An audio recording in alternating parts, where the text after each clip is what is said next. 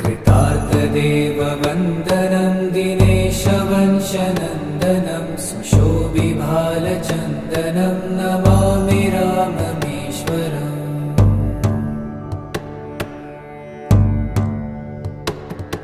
मुनीन्द्रयज्ञकारकं शिलाविपत्तिहारकं महाधनुर्विदारकं Namami राममीश्वरम्।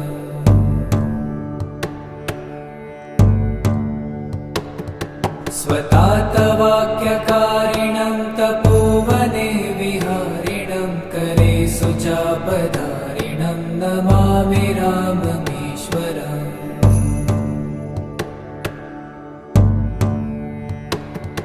कुरङ्गमुक्तसायकं जटायुमोक्षदायकं प्रविद्धकीशनायकं Namami